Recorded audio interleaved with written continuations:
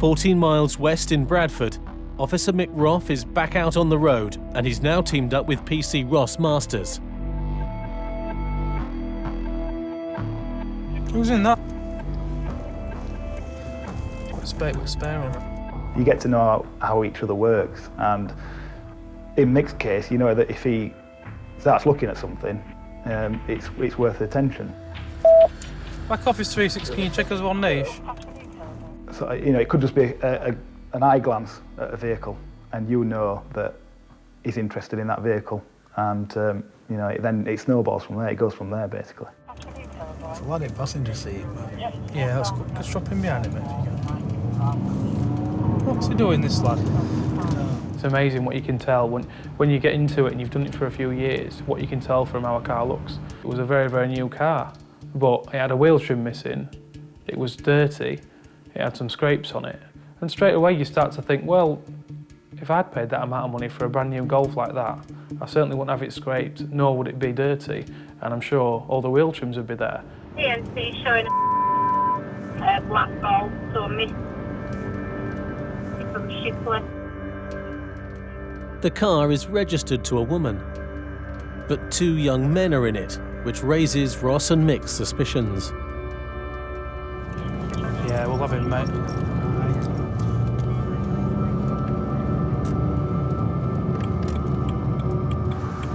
Stop.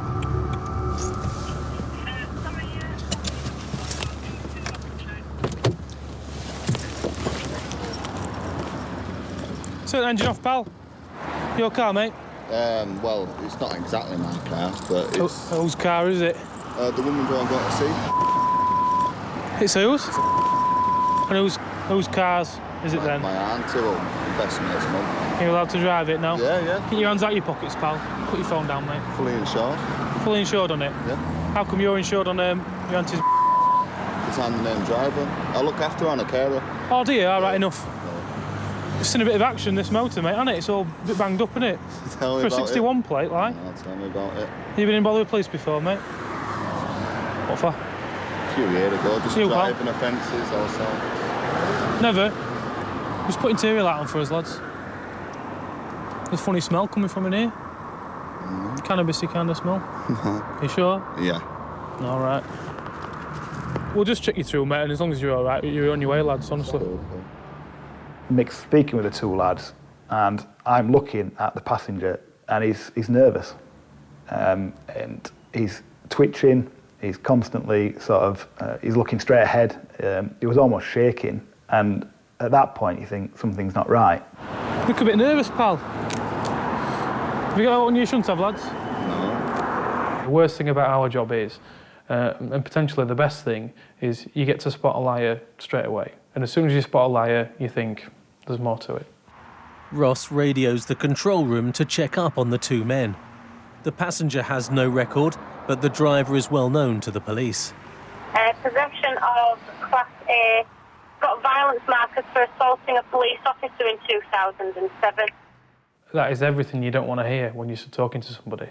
Because at any moment, if he's done it in the past and he's had the mindset in the past to do it, he may do it again. So I'm potentially looking at a threat there. Been done for drugs before? Years and years ago. It was only going to go one way. They were always going to be detained and searched. Just pop out for us. Just face car and just put your hands on the roof for us. Have you got anything on you front off, fella? I've got something in my wallet. You've got what, sorry? Something in my wallet. What have you got in your wallet? I've got like a bit of cocaine. A bit of cocaine? All right, fella. What's that for? Oh. Just because you're being detained for purposes of a search? You ever been in trouble for drugs before? No. Right from being a teenager, I've always been against drugs of any type that are illegal, and yeah, people have different stances, don't they? For me, any drug that's illegal, shouldn't have it, and I'll deal with them for it. A little bit of cocaine. He admitted to having it before I started searching him. It's probably about 1 gram. You got anything else on you shouldn't have? No, you'll see when. Yeah. Although they've found some drugs on the passenger, the driver has nothing on him. Where's that cash from? My cash, money, like benefits, like looking after her. Show what else in here. But a search of the car soon reveals what Mick is looking for. Or is it pills? About 30 pills. Just next to the driver's console there's about 30 tablets, like street wrapped in a plastic wrap. A further search of the car reveals more drugs. White rock-like substance, which is going to be probably crack cocaine as well. And something else. You shouldn't have that, mate, should you? I know, it's more of a novelty thing. You'll have to come down to Nick for that, mate. Honestly, I buy it from Barker's. A lock knife, mate. He's got a lock knife, door pocket. Shouldn't have that. The fact that it's in the driver's door pocket says so many other things. He's probably going to be right-handed. He'll be able to reach down, produce it, use it, should he need to at a moment's notice. To me, that just shows a level of intent. If you had a lock knife in the boot, then, yeah, OK, you've got a lock knife, you shouldn't have it, but it's in the boot, it's not readily available. This guy had that knife there, in my opinion, to use it to protect himself. Boys, it gets worse, doesn't it? It gets worse. You should not have that either. So to me, it started to paint a really, really worrying picture. What began as a routine stop is snowballing into a significant drugs bust. It's a never-ending situation, but you can't just give up. If you stop dealing with these people for drugs and stop taking people off the streets and, you know, and trying to get the different levels of criminality off the streets, it will get overrun.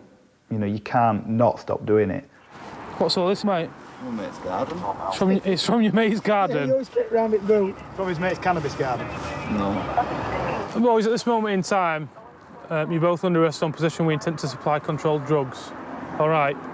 You're also both under arrest. You're still under caution for possession of an offensive weapon as well.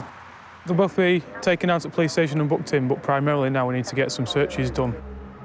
Now the cops have found drugs in the car, they have the power to search the driver's home address. As they organise a raid, back in Bradford, Mick and Ross are still dealing with the two men stopped with drugs in the car. You're proper in trouble, mate, yeah? What for? Fuck knives and all drugs. It's not mine, is it? Well, you're in car. You're in frame. Obviously, it's my friend, isn't it? Well, there's drugs in your back pocket as well. Yeah, I said that was my own personal use, wasn't it? Well, we'll see what happens, mate. The cops have sent a search team to raid the driver's property in Bradford city centre. Yeah, they pay minimal rent or get given it and just treat it like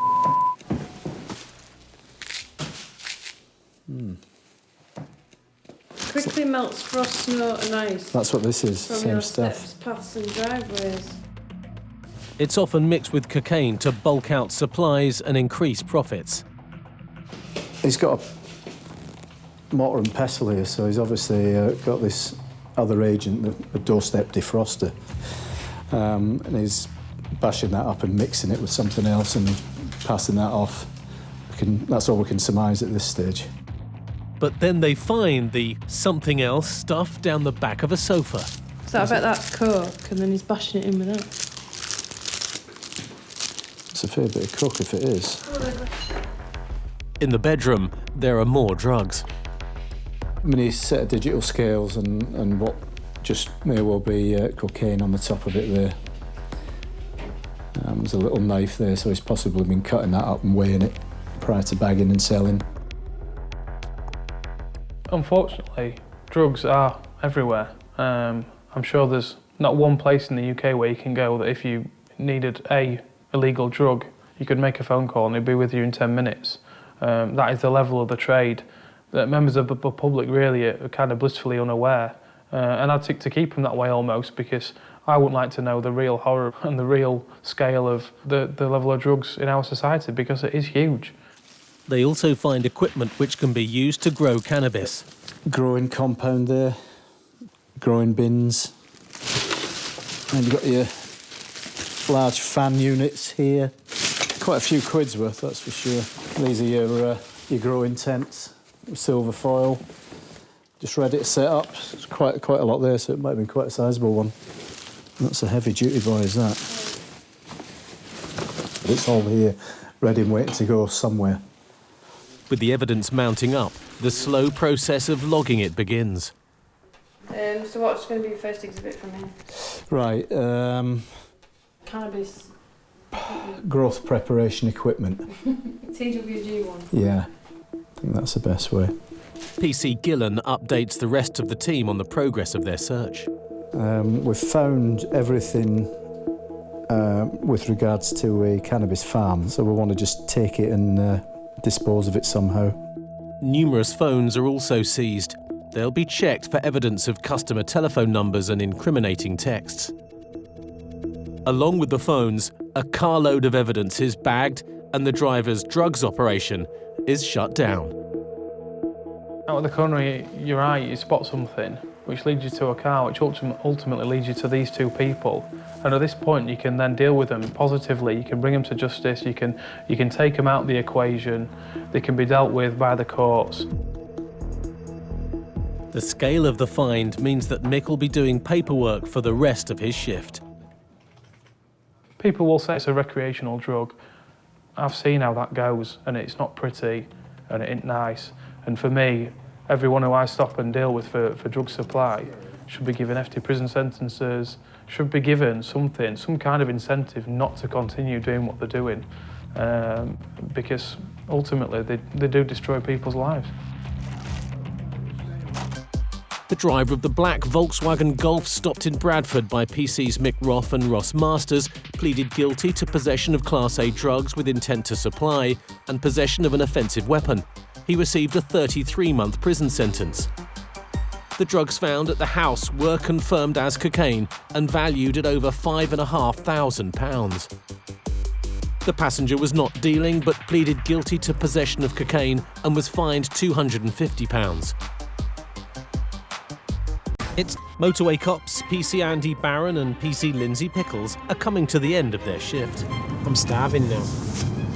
Don't tell me you're going to get a Chinese. No, now. I'm not going to get a Chinese. But their takeaway is going to have to wait. I had an earpiece in on a local Bradford channel and I could hear one of my colleagues mentioning a white Sprinter van that were making off from him. And at the same time I could hear this, a white Sprinter van came past me and I can see blue lights from a police van. This van had been involved or had been seen leaving the scene of a burglary. So that's the only information that we had at that time. Yeah, we're turning, we're not trying to stop it yet. We're right on the Victor Road. Andy and Lindsay are trained in pursuit driving. 5-1 behind you. As they catch up with the chase, they signal to pass. Yeah, we're pulling over to let you come through. Tango 5-1.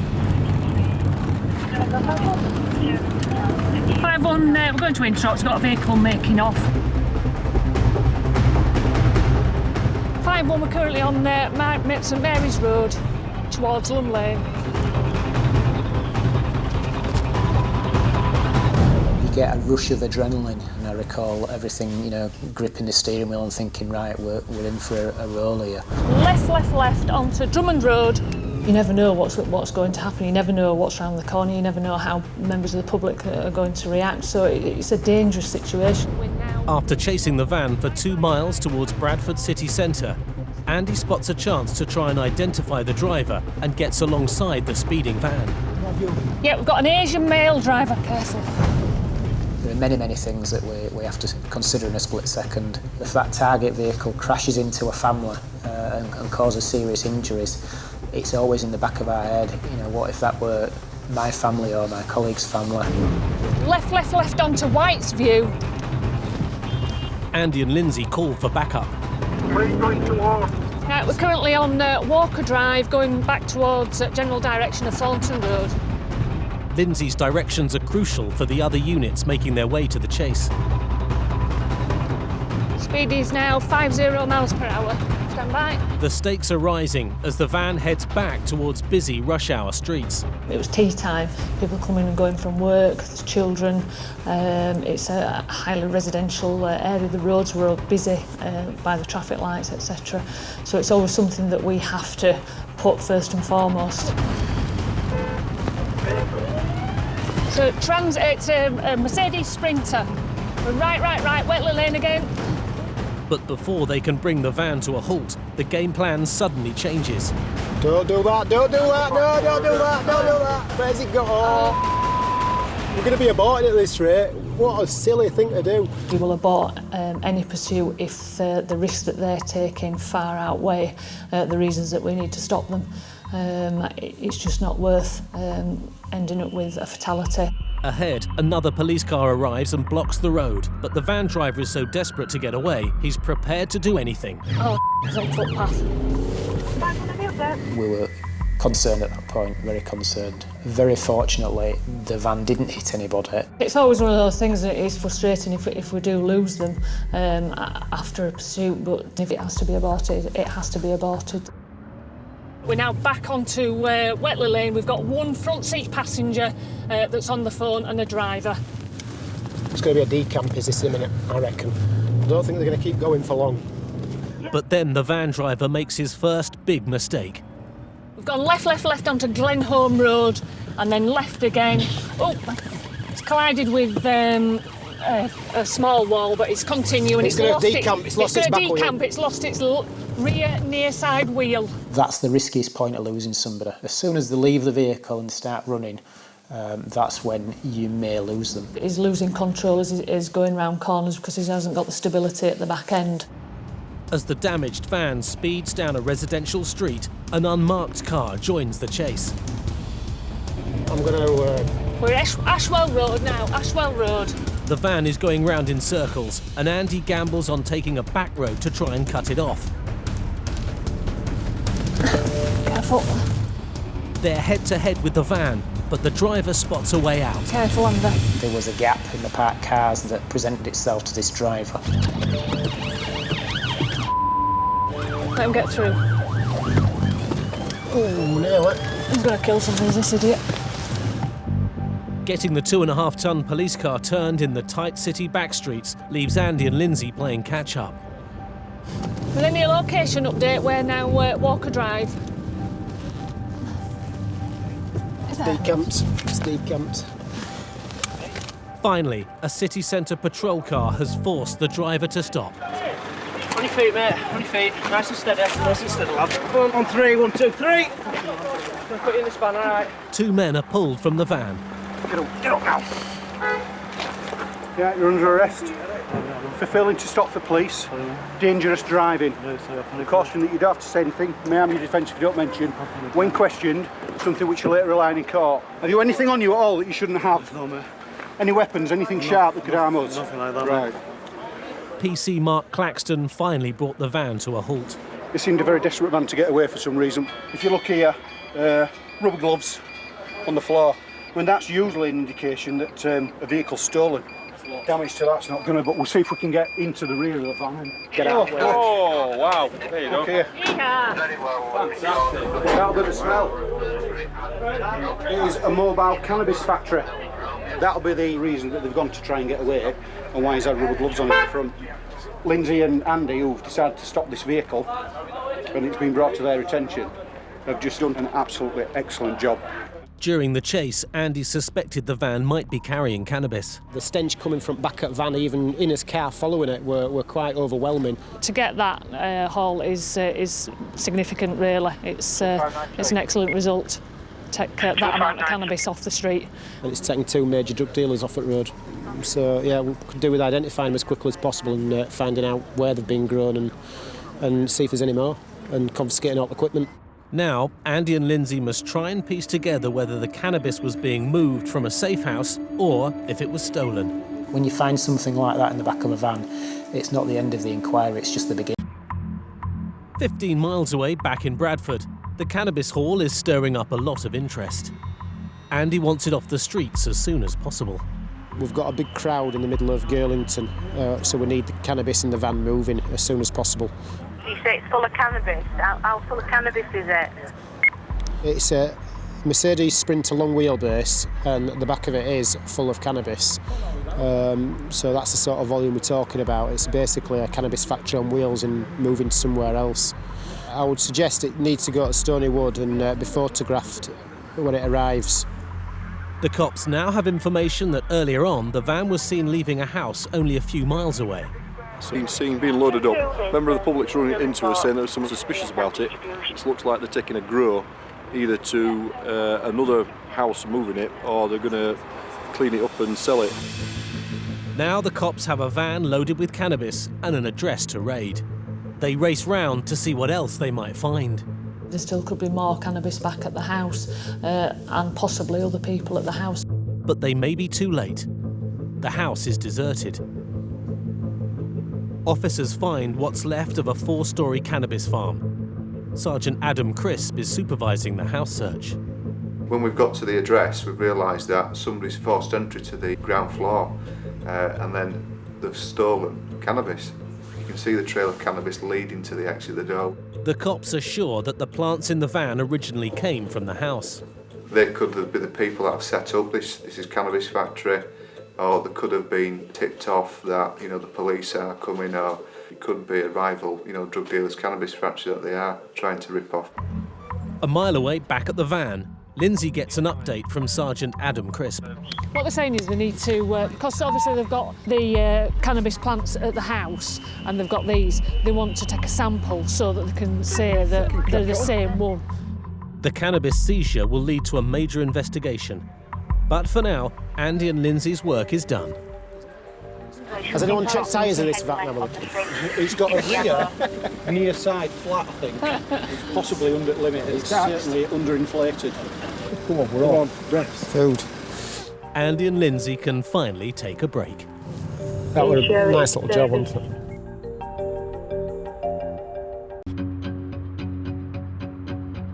"20 miles east in Dewsbury, officers Andy Howarth and Richard Clark are also working the night shift. Night time, it's more a case of going hunting, trying to catch the baddies doing bad things. And it's not long before Rich spots a target. This little moped comes down our near side with one of those annoying exhausts that sounds like a swarm of wasps chasing you around. Leave motorbikers alone. He's got L plates, he's got helmet, he won't do anything stupid. Because I was once a teenager vagging around on mopeds or Vespers as they were back in my day, and we were a pain in the backside to everybody that heard us and saw us, so I have a little bit of tolerance for them because that was me when I was a young lad. But it's the Golf travelling with the moped that Andy's more interested in. So yeah, what's wrong with Golf with his dodgy number plate? Yeah, let's have a look at it. Alright mate, hello. Right on Broward Hill, what a wonderful place to stop.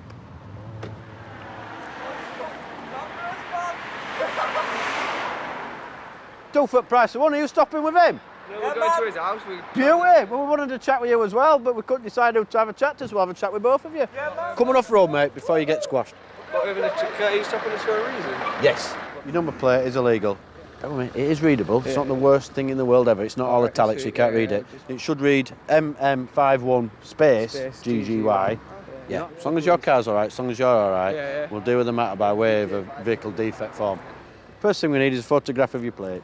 At this point, it's just a nice friendly chat about his number plate. No, my mum and dad got me it for my Christmas for a Christmas present. Nickname, my nickname's Miggy. It's Miggy. Not because I smoke a lot. But something else has caught Andy's attention. Oh, this car stinks of cannabis. No, I'm not joking. Pop your head in there and have a sniff, young man. Yeah, we've got some saved for no, we're not smokers, man. But that reeks. Have you got it? I think we might have some cannabis in this here car. I don't think there is. I think there is, because it stinks. Is there some cannabis in this car, young man? I could say there is, but I mean... All right, I'll tell you what we're going to do then. Do we have to do it though? Because we're not causing no damage yet. We're off road, so we're going to get killed first off. A friendly chat about a dodgy number plate is about to get a little more serious. Reasonable grounds to believe that car and you might well have cannabis on you. If I just give it to you, does that mean that you don't? Well, we're still going to search, because some people might give us a little bit and then hide £15 million worth of cannabis. I wish I had 15 million. I'm sure you don't, but we're still going to search anyway, mate. So yes, I would like the cannabis. As well? Yeah, you're not allowed to have cannabis, it's illegal. Cannabis, please. Yeah, if you brought a copper in from one of the quiet areas, I'm sure they would be a little bit shell-shocked and they'd want to stand their authority in front of these lads. But it don't work like that, and that's part of gaining experience. But there's still respect there, because they haven't crossed the line as such. Once you learn that, and you learn to speak their language with them, you can get on just fine. I would suggest it's in your interest to give me the cannabis, we can seize it, deal with you by way of a non-street cannabis warning, and it's doshed. But if you don't, we'll then just have to start nicking people and seizing cars. If they don't cough up the cannabis soon, they could be arrested. Back in Dewsbury, and taking a chance with Rich and Andy, are the lads with the suspected cannabis in their car. They're taking their time handing over the drugs. You can't know for possession, man. At what point have you been on a law course? He's saying you can't arrest him for possession of cannabis. Bless him. Everybody knows my job better than I do. Stop fanning around and sulking and give me the cannabis now. What is this? Cannabis. Okay. It's the good stuff. It's the good stuff. Yeah. Right. How much did you pay for it? Do I have to say? Why I have to say no. No. Some of the lads are starting to push their luck with the banter. You're not being particularly helpful. Yeah, but you're not being helpful. Hang on. Let's be You're not honest. being particularly helpful, and at some point you're committing the offence of obstructing a constable in the lawful execution of his duty. Shh. You've got to just stand on and say, enough's enough now. Come on, because if not, I'm going to put you on naughty step. I'm going to pop that in my pocket for now, and we'll bag it up as evidence. Shut up and go away. You're beginning to get on my nerves now. Wind your neck in. Shh. Wind your neck in and be quiet. They're still at it, still having a go, but that lad would argue with himself if he had nobody to argue with. He just likes the sound of his own voice, bless him. Despite the cheeky backchat, the driver has cooperated. I mean, thankfully for us, he's admitted that he had it and he's produced it to us. We can deal with it. It's only a matter of personal uses that. There's not much there. So we'll deal with him at roadside. If this is his first offence, he'll be given a cannabis street caution and he won't face a fine or further action. Almost done, mate. Do you stop a lot of people for cannabis then? Yeah. What are you saving us from? There's no point us getting in a debate about I'm not morality debating of the about it, law, I'm is there? Because we get given a big book. There you go sort that out. So it's been a pleasure, gentlemen, but it's not even been a pleasure. It's been all right. For you guys, you haven't ruined your day. You've ruined my day. We're on nights, mate, on a Saturday night. It's been emotional. Goodbye. That'll have done them all night. They'll have been on PlayStation all night long. Which, you know, off the streets, in the house, not causing any bother, but it's still a big problem. It's a controlled substance, and until the government says otherwise, we've got to do our bit. Chuffing Nora, we've got a lot of paperwork to do now. They like to try and get one over on us, and it's all part of the game, playing the game and having the banter and then coming out smiling at the end of it, having won. Just as truckers use the road network to transport goods up and down the country, criminals use the motorways to move drugs and cash. But that means the officers in the Central Motorway Police Group are in prime position to catch them. PC's Jess Rojek and Alan Coleman have just left their base in Perry Bar when they're called to assist in stopping a car that's suspected to be carrying drugs. Have they got it? No, still behind him. They're just doing a follow at the minute. We have another patrol. It's coincides by junction 16 up that neck of the woods, quite a way up. They're behind the vehicle. It's got some sort of drugs intelligence on it. So we're making our way towards them because we need as many cars as we can, just in case it fails to stop if it has got drugs on it. I think their intention is to stop him in possibly Doxy. A few miles ahead, another patrol is preparing to stop the driver of the car. So they're just putting the stop on by the signs of it. There you go, Doxy. Right. 2-2 at Doxy. PC's Coleman and Rojek arrive at Doxy to find that the men in the car have been arrested. A large amount of cash has been found on the driver, increasing the cops' suspicions about what they might have been up to. There's a smell of cannabis coming from the car. One of them's got a sizable quantity of cash, so they're going to go in for boots and drug search. We'll do the car just in case. Yeah, shall we do that? Yeah. Is that all right? Yeah. Going to give the vehicle a comprehensive search under the Misuse of Drugs Act. It stinks in here.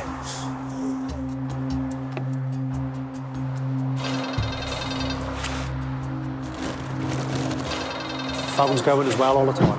With the men otherwise engaged, they're in no position to pick up their mobile phone or finish their dinner. I'll eat some burger. But apart from a few burger wrappers, the car seems clean. While the sergeant checks the engine, PC Coleman turns his attention to the boot. Here, Sarge, Here it is. Got it. Yeah. The find is impressive. Looks like cannabis to me, cannabis resin. Oh, there's loads of it. But on closer inspection, the packages seem to contain Class A drugs. I'm not going to dip my finger in it or anything. Obviously, it's white, some sort of powder. Didn't hide it very well, did they? It's unusual to find so many packages so poorly concealed.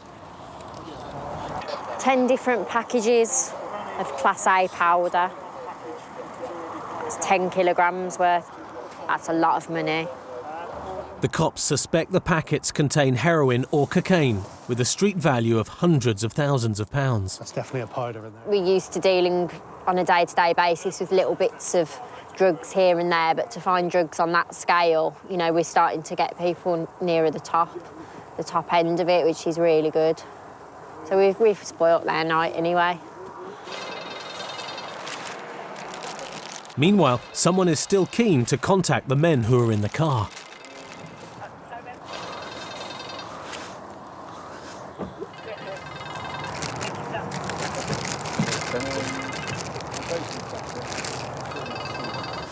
Phones 96 times. I think he wants some of his stuff back. Yeah. Because I would think one of the first avenues of investigation is to find out who he is. The phones will be seized and the calls traced. We can get evidence off a lot of this stuff. Where they've been, what they've been doing, who they've been calling. Obviously, want to know where the drugs are. We've got them. This operation will continue long into the night. Early morning. As the daytime traffic starts to build to the rush hour peak, the motorway cops are up and about. PC's Richard Elliott and Stuart Bullard are at Keele Services, lying in wait for a gang in a van that's being followed down the motorway by an unmarked police car. We're sat at the service area just waiting for a Transit Connect van travelling southbound, which we've had information is carrying a quantity of Class A drugs from the Stockport area down to Bristol. The gangs time their trip down the motorway to perfection. They believe they can slip through the Midlands unnoticed, just at the time the cops change shifts. I mean, it's no secret as to what time our shifts change. So if they run at those sort of times, they may feel that it's easier for them to get through certain areas. But their plans backfired, because PC's Bullard and Elliott are staying on duty for this operation. And they're being joined by more officers from the day shift. PC's Steve Millwood and Mark Calladine are racing to meet up with them. As we're travelling north, we want to get there as quick as we can, so we've got enough officers there to deal with the situation. They're needed in force to ensure they can stop the van without any unforeseen problems. We don't want just one car to pull up behind it, just in case it decides to go for it. So the motorway patrols that are further south, you know, we can put a proper stop on the vehicle, get it stopped nice and safe, so we can get all whoever's inside and have a good look around the car. Meanwhile, at Keele Services, PC's Elliott and Bullard are preparing to meet the van they've been told is now just seconds away from them. Here we go. That's it. As the van flies past, they race to catch it.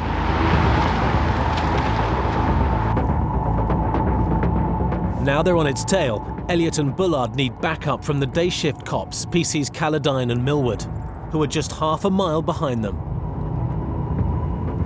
Where is he? Can't see him, mate. It's just ahead of us, so The plan is for the unmarked cars ahead to move into position to box in the van, while Calladine and Millwood use their vehicle as a safety car to hold back the traffic.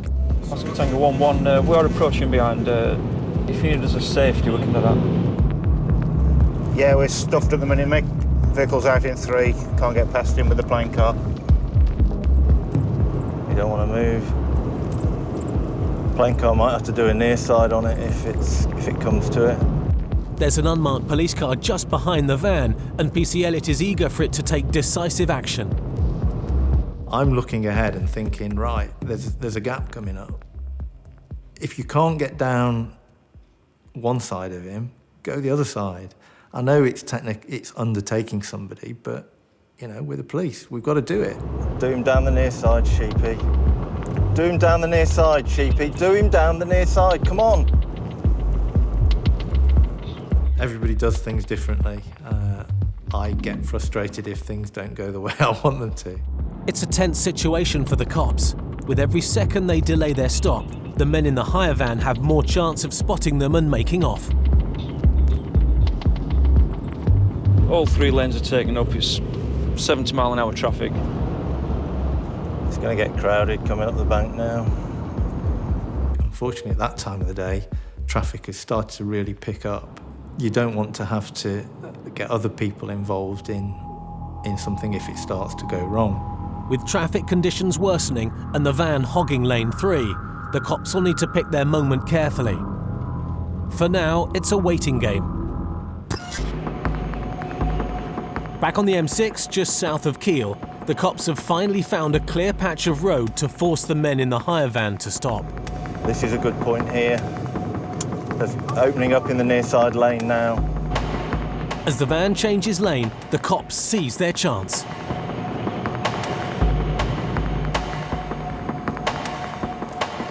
Two on to 94 after that blue container, mate. We're going to go for the stop now. This is going to be very tight on this vehicle here. While the plain car pulls ahead of the van, PC's Elliott and Bullard get ready to force the men to pull over.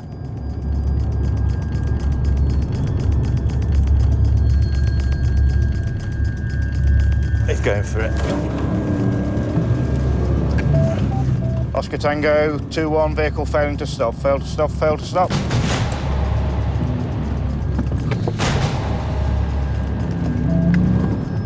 He's in a van. He must have been aware that he was never going to out-accelerate the patrol cars, but it doesn't necessarily mean he won't give it a go. Oscar Tango 2-1, you see, vehicle failed to stop, over.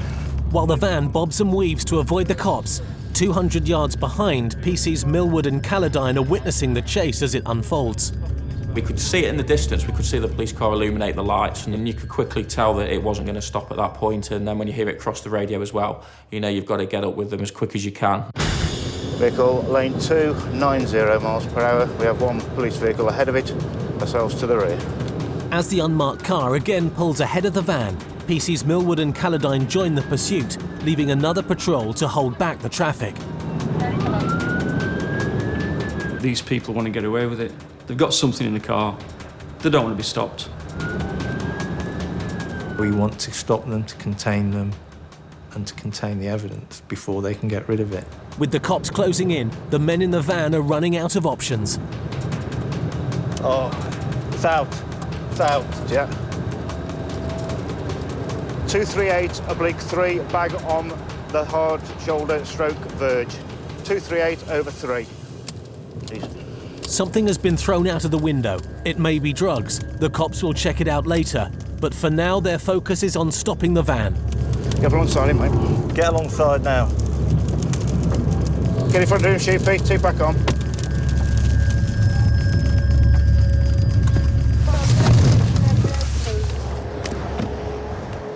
There are 2 men in the van. PC Millwood goes for the passenger. Get out! Get out! On the floor! He didn't seem to want to come out of the van. I wanted him out of the van. On the floor! On the floor! You're thinking running or fighting at that point. You don't know what they're going to do. Get out! On the floor now! He doesn't want to get caught. He's probably very upset. And a little bloke like me coming up, he probably didn't like that. Oh, no! No! Give your arm! Oh, no! Move! Move! Get off!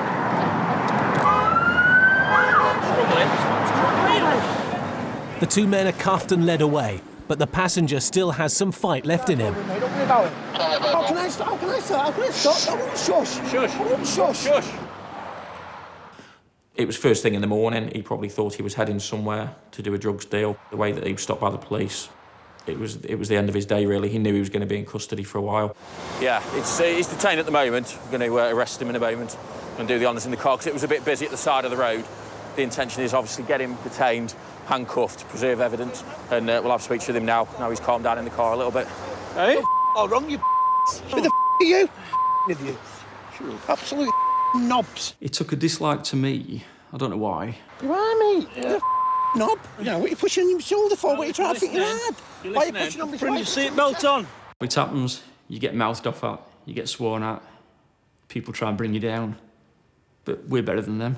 Wait, hang on a minute. Listen, he's putting your seatbelt on for your safety. No, he's not, mate. No, listen, just listen to it. What? Yeah? He's pushing his arms into his chest, yeah? Right, calm yourself down. Down. Right, you're under arrest, Right, okay? that's fair, that's for cool. possession of a controlled substance with intent to supply. A dickhead there with a bald head. Right. Who the does he think he is? Calm if down. he was on the street on our own one-on-one, he wouldn't do a thing, would he? Because I'd snap his jaw, yeah? Why talk like that? I'm fine Calm with you. down. You Calm be fine down. with me. I don't know what his problem is. He thinks it's us that's got the problem, you see. That's the trouble. He's an absolute bald-headed knobhead. Hey, yeah? Right, You're laughing at you because you agree with me, yeah? No, I don't, mate. He's a nice bloke. If this person's took a dislike to, for example, me, the other one, your partner, becomes a good cop. Okay, there's no point in getting heads up. We're going to get off here as soon as we can. 'Cause it's not the best place to be parked up, I is it? understand that, and Okay. I'm happy with that, yeah? All right. On that day, it was Steve they took a dislike to, and he was okay with me. What can I ask you what's going on? What's going on? You've been arrested for as I've said to you, for suspicion of a controlled substance with intent to supply. Okay, there's been an item dumped from that bag further up the carriageway, so you're going to be questioned about that at the station. All right? To build their case, the motorway cops will need to find the package that the passenger threw from the van window. Back on the M6, PC Richard Elliott is reviewing the police in-car video of the hire van suspected to be carrying drugs. It seemed like it was the perfect scenario. We had all three cars around it. It was slowing down, and then suddenly you just kind of anchored on. It's going for it. Just trying to get the cars in place is a nightmare. Even when we did get it on, it was a bit tight on one of the other vehicles, so it was down to us to do it. The only thing I can do at that point is just get in hard to it. He's shown his intention to be quite forceful in his attempts to escape from us. We don't know what else he's going to do. There's quite a lot at stake for somebody if they're transporting drugs. But there's a point to this video review of the chase. PC Elliott is looking for the moment when the passenger threw a package from the window. I think it's coming up. There it goes. Yeah, it doesn't come much better than that, does it? The video evidence is key to the cops' case, and it confirms the motorway marker post identified during the pursuit. Those 100-metre sections are vital for us because it makes a very bland piece of road individual and specific to a point. And sad as it is, you get to know where a marker post, somebody gives you a marker post number, you can identify that bit of motorway.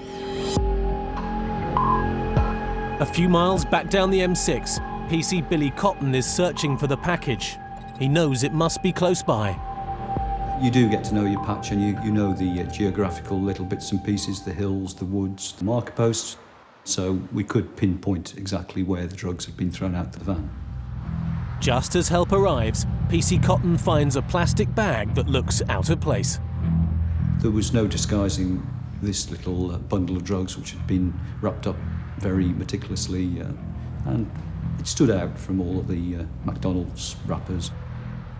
They've just literally chucked them out the window. I don't know whether they were stupid or what, but did they expect us to stop them and book them for speeding, or perhaps give them a ticket for littering? Are you going to evidence that for us then, Les? Yeah, I'll look into property, do a statement. The actual drugs are contained within black sticky tape inside the carry bag, so that it didn't split open. They weren't quite good enough for us. In Stoke-on-Trent, the man arrested by PC Calladine is being taken into custody. And he's still having a go at PC Millward. Sorry, mate. I've been arrested many a time, mate. I've never met such an idiot like you, mate. I promise you, you're an idiot. Yeah. Once these chaps are caught, it's a great feeling, it's a great buzz. You know, at least you've got a couple of people in custody. You've got the drugs. Cracking job.